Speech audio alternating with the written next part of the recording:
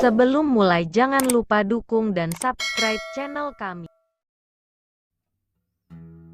Uwaitib bin Abdul Uzza adalah salah seorang pembesar Quraisy.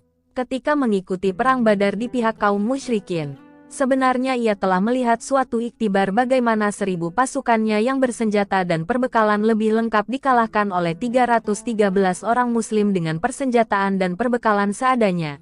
Bahkan hanya 2 orang yang menunggang kuda. Saat itu ia melihat gambaran bagaimana malaikat yang bergerak di antara langit dan bumi berkelebat menyerang, menangkap dan menawan kawan-kawan, sehingga terbersit dalam hatinya ucapan, orang itu, Nabi Muhammad, adalah lelaki yang terpelihara. Uwaitib tidak menceritakan apa yang dilihatnya ini pada siapapun, tetapi hal itu tidak juga membuka hatinya untuk memeluk Islam. Bahkan sampai selesainya perjanjian Hudaibiyah, di mana makin banyak orang-orang Quraisy yang mengikuti Islam, baik kalangan biasa ataupun tokoh-tokohnya, ia belum tergerak juga untuk mengikuti jejak mereka. Pada saat Nabi Muhammad dan sahabatnya melaksanakan umroh Qodiyah umroh Qodo, umroh pengganti karena saat perjanjian Hudaibiyah itu gagal terhalang. Setahun setelah perjanjian Hudaibiyah, Uwaitib bersama Suhail bin Amr ditugaskan untuk mengusir Nabi Muhammad dan kaum muslimin dari Mekah jika waktunya telah habis. Setelah 3 hari berlalu sesuai dengan waktu yang diberikan kaum Quraisy, Uwaitib dan Suhail menemui Nabi Muhammad dan berkata, waktu yang menjadi syaratmu telah selesai, maka keluarlah engkau dari negeri kami ini.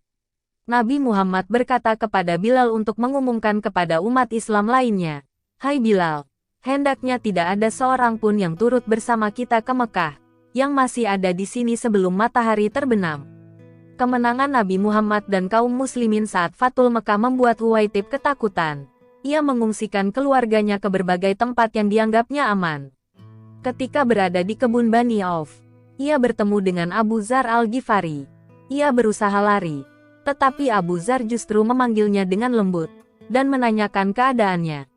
Antara mereka berdua memang ada keakraban dan kasih sayang. Karena itu ia tidak ragu untuk menghampiri Abu Dzar dan menyatakan ketakutannya akan dibunuh.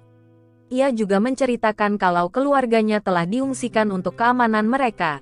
Menanggapi kekhawatirannya itu, Abu Dzar mengatakan kalau sebenarnya dia dan penduduk Mekah lainnya aman dengan jaminan keselamatan dari Allah, sebagaimana disabdakan Rasulullah ketika memasuki kota Mekah.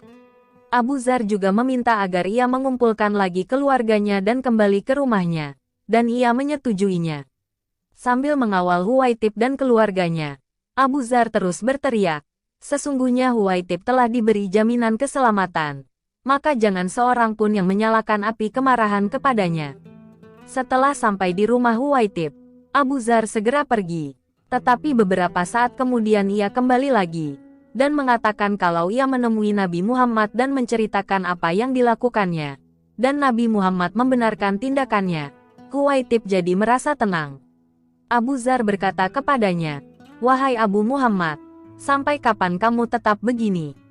Kamu telah terlewat dari banyak peperangan, karenanya kamu terlewat dari banyak kebaikan. Temuilah Rasulullah dan masuklah Islam, kamu pasti akan selamat. Sesungguhnya beliau adalah sebaik-baiknya manusia, paling lembut hati dan paling banyak menyambung silaturahmi di kalangan mereka. Kemuliaannya adalah kemuliaanmu. Ketinggiannya adalah ketinggianmu. Uwaitib merenungi perjalanan hidupnya selama memusuhi Rasulullah, dan perlakuan beliau selama ini, terutama setelah memperoleh kemenangan besar di Fathul Mekah itu. Akhirnya hati Uwaitib tergerak dengan saran Abu Dzar itu. Ia minta diantarkan untuk menemui Nabi Muhammad. Mereka berdua mendapati Nabi Muhammad bersama Abu Bakar di Batha. Uwaitib menyampaikan salam seperti diajarkan oleh Abu Dzar. Beliau menjawab salamnya, dan ia bersyahadat menyatakan keislamannya.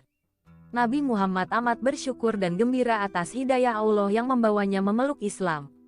Ketika Nabi Muhammad mempersiapkan pasukan karena ancaman serangan dari beberapa kabilah Arab yang bersekutu dalam Perang Hunain, beliau meminjam uang dari Uwaitib untuk membiayai pasukan, dan ia meminjami sebanyak 40.000 dirham.